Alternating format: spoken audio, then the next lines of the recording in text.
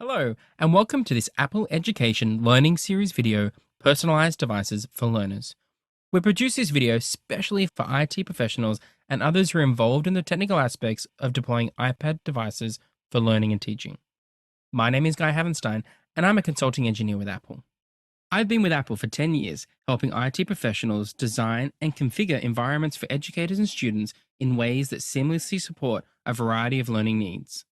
In the first IT Spotlight video, Prepare Devices for Learners, we looked at how Apple School Manager, a free service from Apple, and our mobile device management solution, which can be purchased from your preferred vendor, help you manage, provision, and deploy iPad devices for remote learning. In this video, you'll learn how you can use these same tools to remotely secure devices with passcodes and restrictions, customize the user experience with self-service apps, access to Apple services, and other settings, and facilitate communication and collaboration with FaceTime, apps such as Keynote, Numbers and Pages, and existing services. When it comes to personalizing devices, the options are seemingly endless. You can develop configurations based on the grade level, role, and the need of each learner and educator. To craft effective configuration policies, it's best to consult with a team of cross-functional stakeholders and weigh how each configuration supports the intended learning experience while keeping devices secure. With this in mind, let's get started. First, let's learn how to secure student devices to make sure they are set up and protected according to your school's acceptable use policy. The foundation of protecting student data is encrypting every device with a passcode. Your MDM solution makes it easy to require users to set up a passcode. You can set things such as minimum length and how often the user needs to enter that passcode when their device goes to sleep. And if a user forgets their passcode, MDM enables you to reset it remotely. MDM solutions can also make it possible to enforce device restrictions that prevent inappropriate use and reduce in-class distractions. It's important to prevent students from changing the device's date and time, altering their account settings, or creating inappropriate device names and wallpapers. As you can see, these changes are made to the learner's device as soon as it gets online and checks in with MDM. In addition, your MDM solution can help you keep learners safe and secure while online. The MDM can set app restrictions. This is as simple as setting which apps are allowed or which ones are blocked. The MDM can also be used to restrict media content. It's as simple as selecting media content and setting the age rating for the user of the device. You can also enable the built-in content filter to limit adult content, while also blocking specific websites or allowing others. And you can deploy a DNS proxy or a content filtering network extension such as Cisco Security Connector, which allows you to monitor and filter the contents your students can access online, including encrypted websites. Work with your preferred content filtering vendor to find out the best solution for you. Keep in mind that some options you'd restrict for in-school use might be advantageous in a remote learning context. For example, it can be useful to allow communication apps to stay connected, to permit users to add apps and accounts, or to enable connecting to Bluetooth accessories. Schools often configure devices to connect only to the school Wi-Fi. For remote learning, that restriction needs to be lifted before they leave the premises so devices can connect to home or public Wi-Fi to ensure continued access to resources. Some schools are starting to deploy iPad devices with cellular connectivity so students can get online even if they don't have Wi-Fi. If your school is providing cellular access through a mobile carrier, it is recommended that you restrict cellular settings to avoid any inadvertent changes.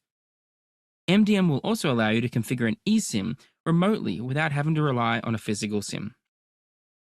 Keep in mind that with all these settings, your MDM solution may present the same options a little differently than shown here, so consult your MDM documentation for details as you configure your setup. Now that your devices are online and secured, Let's look at some ways you can customize the learning experience. In the first IT Spotlight video, we used Apple School Manager and the MDM solution to push core apps to the learner devices. But to minimize network traffic, we did not install every app the student might need. To provide on demand access to additional apps, many MDM solutions include a self service option for a school curated app catalog, from which learners can download apps at their convenience. Many MDM solutions also make it easier to identify devices by matching a student device to their name, as shown in the top right. This also makes it easier to find the student when using AirDrop. Some solutions also let you modify the wallpaper with the student's name and school information so it's easier to recognize and differentiate devices, even from the lock screen.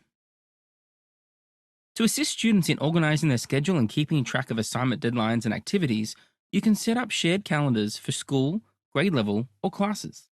Then use your MDM solution to automatically subscribe every device to the relevant calendars. You can also make it easier for everyone to stay in touch by using the MDM to configure LDAP. This helps students connect with their faculty by making their contact information available right in the Contacts app. In addition to all these configurations, we can't forget about personal cloud storage and data backup. By assigning Manage Apple IDs to students and teachers, you can provide everyone with 200 gigabytes of free iCloud storage for documents, files, and backups. Manage Apple IDs also provide students with access to other important Apple services, enabling collaboration in Pages, Numbers, and Keynote, communication with FaceTime and Messages, and access to the Schoolwork app. You can manually create managed Apple ID accounts using Apple School Manager. Or you can automate the process by integrating your student information system into Apple School Manager. This makes it easy for a student to sign in and access iCloud and other Apple services on a school-managed device. If you want the student to also be able to sign in to their personal device, they'll need verification codes that you create in Apple School Manager.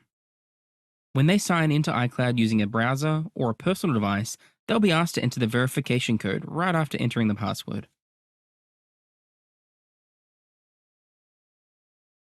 Another convenient way to set up accounts is by connecting Apple School Manager to Microsoft Azure Active Directory. This enables students to sign into iCloud with their existing Active Directory credentials, which eliminates the need for verification codes. With managed Apple ID accounts set up, you can now enable communication and collaboration features for your learning community. In the Apple Education Learning Series video, Connect and Collaborate Remotely, we demonstrated the value of students and faculty being able to collaborate using Messages, FaceTime, and iWork apps. To make this possible, you simply go to Account Settings in Apple School Manager and enable the use of FaceTime and Messages for your institution. Then, use the Roles view to confirm which groups of users are permitted to use FaceTime and Messages. One of the benefits of using managed Apple IDs is that it allows students and teachers to collaborate on documents in Pages, Numbers, and Keynote, as well as share files and folders in iCloud Drive. By default, Apple School Manager limits sharing to users within your institution. For remote learning, you may want to include parents or other users who don't have managed Apple IDs. In Account Settings, you can choose to allow document sharing both inside and outside your institution. If your school is using Google's G Suite for Education or Microsoft Office 365 to distribute materials and stay connected, those apps are available in Apple School Manager and the iPad supports them natively. And because Safari on iPad presents the desktop version of websites, students can access any of your preferred web-based apps too. Here are some resources to help you learn more about deploying and managing Apple devices. To learn more about Apple School Manager, visit the Apple School Manager User Guide. Finally, to find out more about securing devices with passcodes and restrictions, visit the Mobile Device Management Settings resource. A quick note on the important topic of privacy.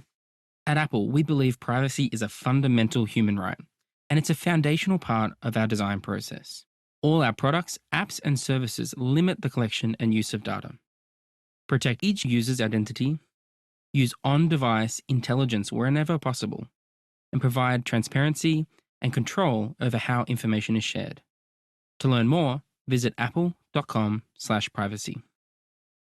And our products and services for education, like Apple School Manager and Managed Apple IDs, have been designed to meet the specific data privacy needs of schools and students.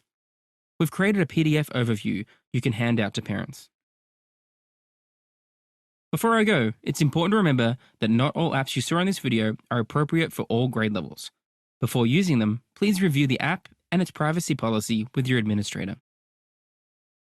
Be sure to refer your faculty to the Apple Teacher Learning Center for resources on how to integrate Apple tools into teaching and learning. We hope you watch other IT Apple Education Learning Series videos to assist you in deploying technology to help educators and students learn in ways they never imagined. For questions about this series or opportunities to connect with us about this content, email aels@apple.com. Thanks for watching.